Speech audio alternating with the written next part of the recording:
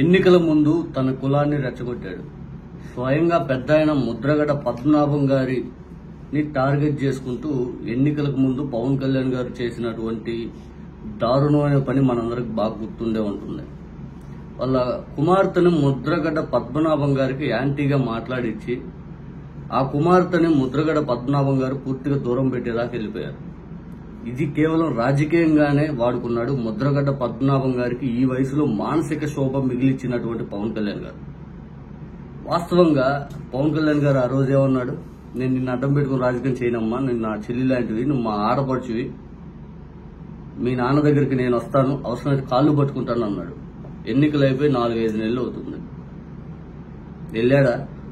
కనీసం ఆ ప్రస్తావన తెచ్చాడా? ఆ అమ్మాయి పేరును వాడుకున్నాడు కదా, సింపతి గెయిన్ చేసుకున్నాడు కదా కాపుల్లో. ఒక్కసారి వెళ్ళాడా? ఆ పెద్ద ఆయన ఏం పలకరించాడా? లేదా ఆయన అడగలేదు, కనీసం ఏమన్నా పలకరించాడా? అసలు ఆ ప్రస్తావన ఎత్తుకోడు. ఎన్నికలకు ముందు 33,000 మంది అమ్మాయిలు చనిపోయారు, 5 అని కూసాడు.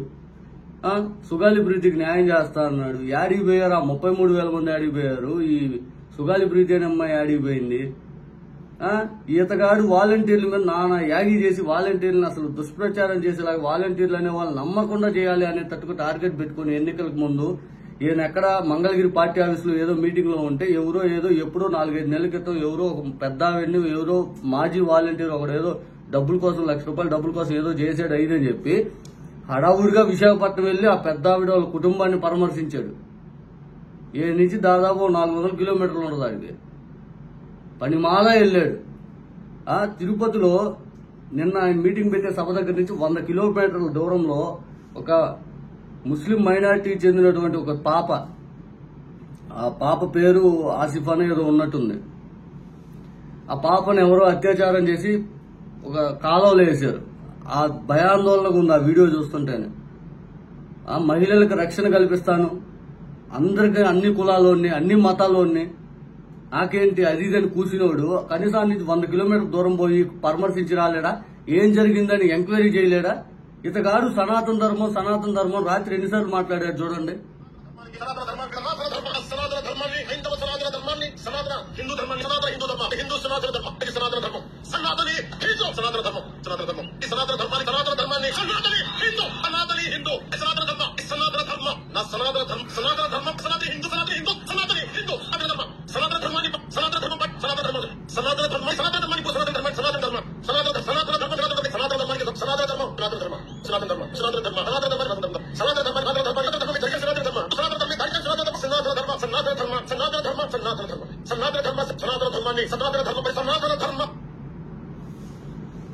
దాదాపు 100 సార్లు పైన పలుకుంటాడు సనాతన ధర్మ. ఎవరు చేశారు ఇప్పుడు ఈ సనాతన ధర్మాన్ని? ఎవరేం మన ఆంధ్రప్రదేశ్లో ఎవరేం మాట్లాడారా? దేశవ్యాప్తంగా ఎవరు మాట్లాడారు? వాళ్ళు ఇళ్ల దగ్గర పోయి వాళ్ళ దగ్గర పోయి ధర్నాలు చేసుకుని నువ్వు సనాతన ధర్మం గురించి చెబుతున్నా మాకు తలనొప్పి పడుతున్నాయి. ముందేమో లడ్డు గురించి చెప్తావు, తర్వాత ప్రాయశ్చిత్త దీక్ష లడ్డుకి ఇలా కలిపితే ఏదో జరిగిపోయింది అని చెప్పావు. తర్వాత ఏందో స్వామి నీ దెబ్బకి మాకు పిచ్చి లేపుతున్నావు. ఆంధ్రప్రదేశ్ అభివృద్ధి చెందాలి, ఆంధ్రప్రదేశ్ అట్టుండాలి ఎట్టుండాలి కలలు కన్నాను. ఒక్కొక్కరు మీరు అంత బాగుండాలి ఎంత బాగుండాలి యాడాడ మాటలన్నీ చెప్పి ఫైనల్ గా నీ స్టేజ్ వచ్చేసి ఎట్ట తయారైపోయావు అంటే సిగ్గుపడుతున్నారు రా బాబోయ్. నీ కోటేసిన వాళ్ళు కూడా పవన్ కళ్యాణ్ గారు సిగ్గుపడుతున్నారు. సిగ్గంటే ఎంతలో సిగ్గుపడుతున్నారంటే మేము ఎందుకు వేసాం నాయన ఈయన కోటని బాధపడుతున్నారు. ఈయన నమ్మా మేము వేసింది, ఈయన నమ్మా చంద్రబాబు నాయుడు గారు నెక్కించింది. అసలు నిజంగా 4 నెలలు పైన కాలం గడిస్తే ఇచ్చిన హామీలు ఏ రకంగా ఒక రూట్ మ్యాప్ ఉందా, ఒక రకంగా ముందుకెళ్లాలా, డిప్యూటీ సీఎంగా నువ్వేం చేశావు అనే దాని మీద ఏముండదు.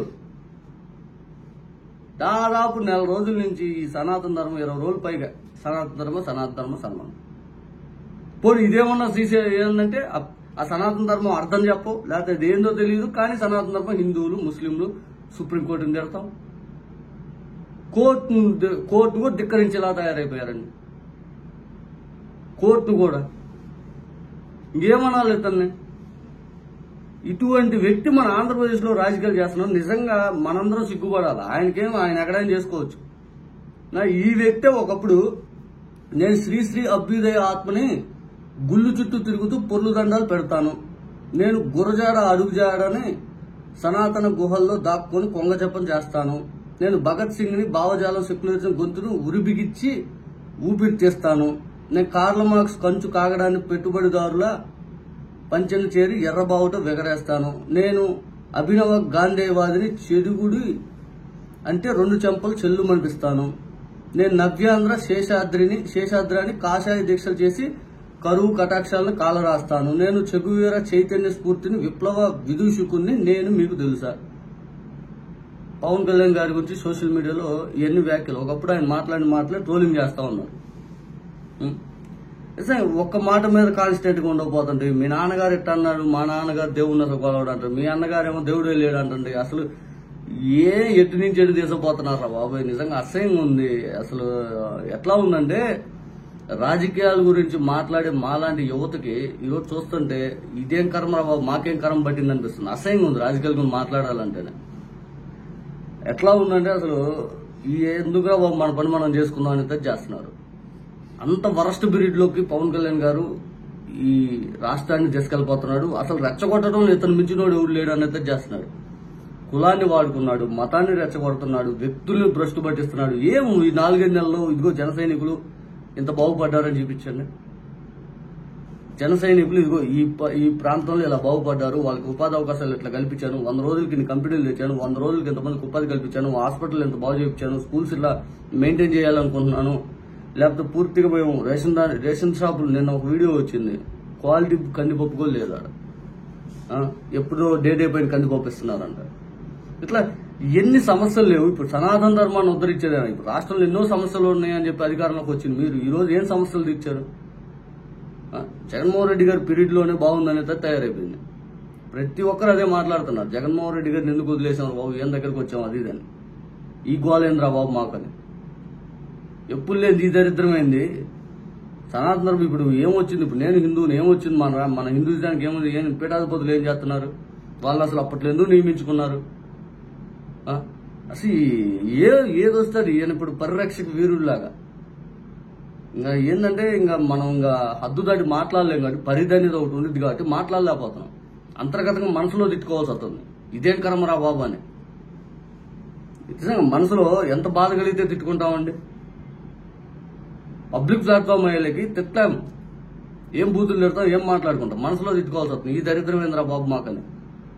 ఎప్పుడు లేని దరిద్రం, ఎవరికి లేని దరిద్రం మాకేంద్రా బాబు అని.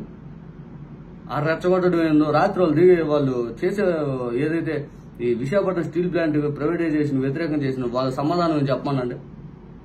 ఏం హామీ ఇచ్చారు? ప్రతి చోట ఏదో హామీ ఇచ్చారు. ప్రతి నియోజకవర్గం హామీ ఇచ్చినట్టుగా పెద్ద పెద్ద ఒక్కటి నెరవేర్చే దిశగా పనిచేయలేదు. మళ్ళీ ఈయన చెప్పడం, ఈయనేమన్నా పాటించిన వీరుడు అంటే అది కూడా పాటించాడు. పోనీ ఈయనేమన్నా సనాతన ధర్మం గురించి ఏమైనా పాటించాడంటే అక్షరం ఒక్క పాలకరు.